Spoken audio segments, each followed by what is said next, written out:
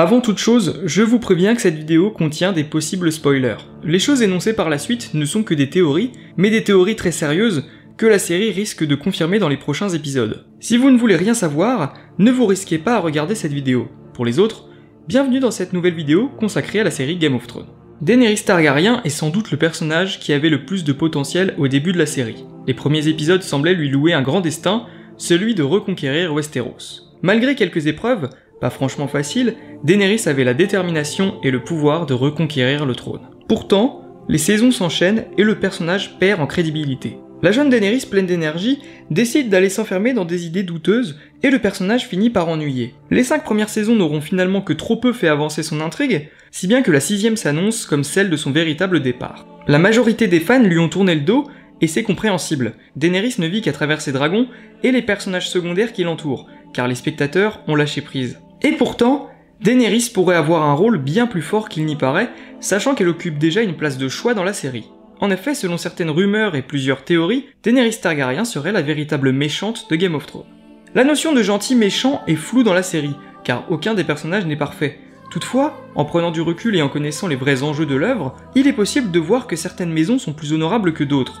Il serait caricatural de dire que les Stark sont les gentils et que les Lannister sont les méchants. La série a démontré plus d'une fois que ce n'était pas si simple, et que tous les personnages ont une part d'ombre. Mais si l'on garde en tête la véritable guerre dans Game of Thrones, à savoir la lutte entre les morts et les vivants, il est alors possible de dire que les méchants, c'est les marcheurs blancs. Selon la théorie exposée dans cette vidéo, les zombies glacés ne seraient pas la seule menace qui pèse sur Westeros. Pour comprendre cette théorie, il faut reprendre quelques éléments du parcours de Daenerys et certains propos à son sujet. Commençons simplement avec la discussion entre Daario et Daenerys durant le 6ème épisode de la saison 6. Durant ce dialogue, Daario dit à la mère des dragons qu'elle n'est pas faite pour régner, mais pour conquérir. Pour certains, cette affirmation semble anodine, et pourtant elle met en relief bien des choses. S'il est une chose que la série a bien montré vis-à-vis de Daenerys, c'est que cette dernière ne sait pas régner. Partout où elle a été, elle a su prendre le pouvoir, mais jamais le contrôler. Ses intentions sont louables, mais elle ne sait les combler.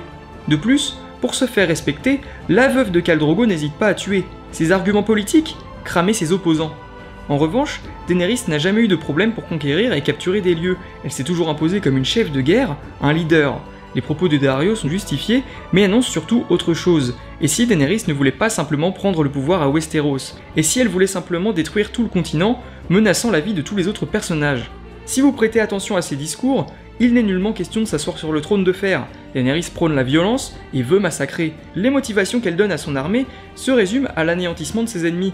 Daenerys ne sait pas régner, elle sait ravager. Il est également possible de faire le rapprochement avec le père de Daenerys, Aerys Targaryen, dit le roi fou. Son obsession pour les flammes fit tellement peur au peuple que Jaime Lannister dut mettre fin au jour du souverain. Mais alors, concrètement, quel avenir pour la série? Daenerys arrivera à Westeros, c'est une évidence, et son plan sera dans un premier temps de prendre Port-Réal, capitale du royaume. L'héritière Targaryen mettra alors à feu et à sang la ville, pouvant provoquer une énorme explosion. Pour rappel, les souterrains de Port-Réal sont emplis de feux grégeois, dont on a pu voir les dégâts dans la vision de Bran. Devant une telle menace, tous les autres personnages, que ce soit les Stark, les Lannister ou bien d'autres moins importants, devront s'unir et faire face. Le danger viendrait alors du nord, avec les marcheurs blancs, et du sud, avec Daenerys et ses troupes.